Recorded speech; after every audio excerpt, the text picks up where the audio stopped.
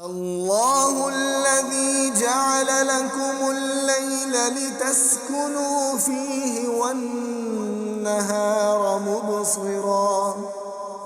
إن الله لذو فضل على الناس ولكن أكثر الناس لا يشكرون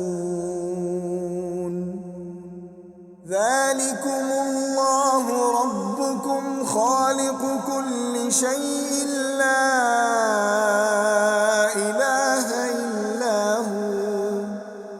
فأنى تؤفكون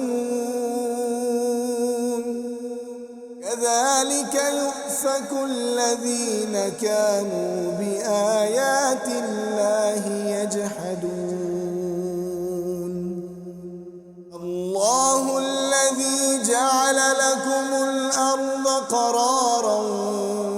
والسماء بناء وصوركم فأحسن صوركم ورزقكم من الطيبات